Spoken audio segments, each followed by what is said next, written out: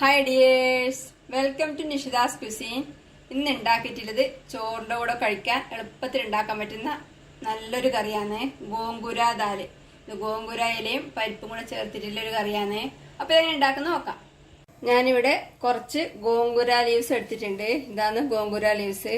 നാട്ടില് ചില സ്ഥലങ്ങളിൽ പുളിച്ചീര, പുളിവണ്ട എന്നൊക്കെ പറയും. ഇതിന്റെ ഇല മാത്രം എടുത്ത് മുറിച്ച് കഴുകിയെടുക്കണം. ഗോങ്കുര ലീവ്സ് നന്നായി കഴുകിയെടുത്തതിന് ശേഷം മുറിച്ചെടുത്തിട്ടുണ്ട്. കറി ഉണ്ടാക്കാൻ തുടങ്ങാം. ഞാനിവിടെ അടുപ്പത്ത് ഒരു ചീഞ്ചട്ടി വെച്ച് ചൂടാക്കിയിട്ടുണ്ട്. ഇതിലേക്ക് 1 ടേബിൾ സ്പൂൺ എണ്ണ ഒഴിച്ചു കൊടുക്കാം. എണ്ണ ചൂടാവുമ്പോൾ ഇതിലേക്ക് 1/2 ടീസ്പൂൺ കടുകും 1/4 ടീസ്പൂൺ ചെറിയ ജീരകവും 1 വറ്റൽമുളകും ഇട്ട് തളിക്കാം. കടുക് പൊട്ടിക്കഴിയുമ്പോൾ ഇതിലേക്ക് ഒരു സവാള ചെറുതായി മുറിച്ച് ചേർത്ത് വഴറ്റാം. ഇതിന്റെ കൂടെ തന്നെ കുറച്ച് കറിവേപ്പിലയും കൂടെ ചേർക്കുന്നുണ്ട്.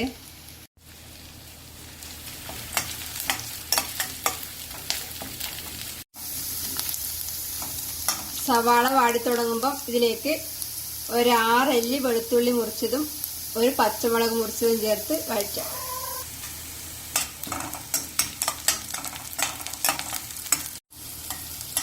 വെളുത്തുള്ളിയും പച്ചമുളകും വാടി തുടങ്ങുമ്പോൾ ഇതിലേക്ക് 1 തക്കാളി മുറിച്ച് ചേർത്ത് വഴറ്റാം.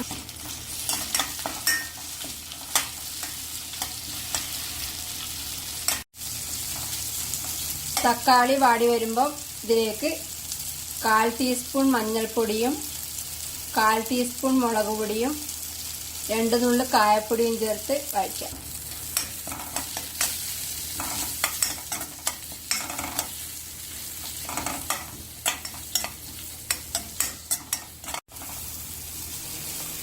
ഇനി ഇതിലേക്ക് മുറിച്ച് വെച്ച ഗോങ്കുര ഇല ഇടാം. ഇത് ഇളക്കി കൊടുക്കാം.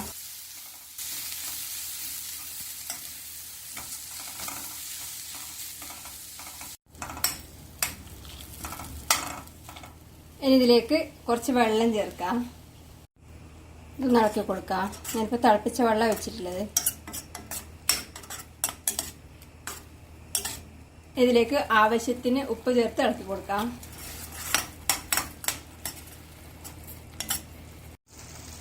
ഇതിനി അടച്ചു വെച്ച് തീ കുറച്ച് ഒരു 3-4 മിനിറ്റ് വേവിച്ചെടുക്കാം. ഇപ്പോൾ അടച്ചു പോവാൻ വെച്ചിട്ട് 3-4 മിനിറ്റ് കഴിഞ്ഞു. ഇനി ഇതിലേക്ക് വേവിച്ച പരിപ്പ് ചേർക്കണം. ഇത് 1/2 കപ്പ് തുവരപ്പരിപ്പ് കുറച്ച് മഞ്ഞൾപ്പൊടി ചേർത്ത് കുക്കറിൽ വേറെ തന്നെ വേവിച്ചെടുത്താണ്. ഇതിലേക്ക് ചേർക്കാം. നല്ലോണം ഇളക്കി കൊടുക്കാം.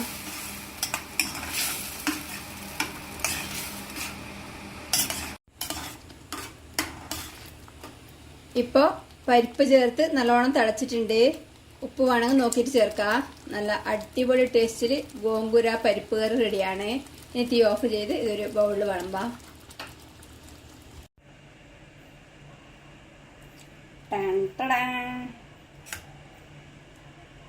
ഉണ്ടാക്കാൻ എളുപ്പമാണ്. നല്ല അടിപൊളി ടേസ്റ്റാണ്. ഇത് മാത്രം മതി ചോറിന്. ഉണ്ടാക്കി കഴിക്കുക. അഭിപ്രായങ്ങളും നിർദ്ദേശങ്ങളും അറിയിക്കുക. സബ്സ്ക്രൈബ് ചെയ്യുക, സപ്പോർട്ട് ചെയ്യുക. Thank you.